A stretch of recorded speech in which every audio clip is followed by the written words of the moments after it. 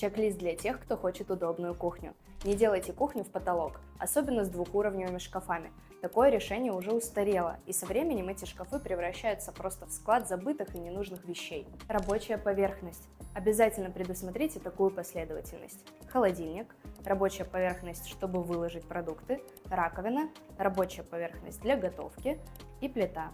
И не забудьте про рабочий треугольник. Холодильник, мойка и плита должны быть расположены недалеко друг от друга.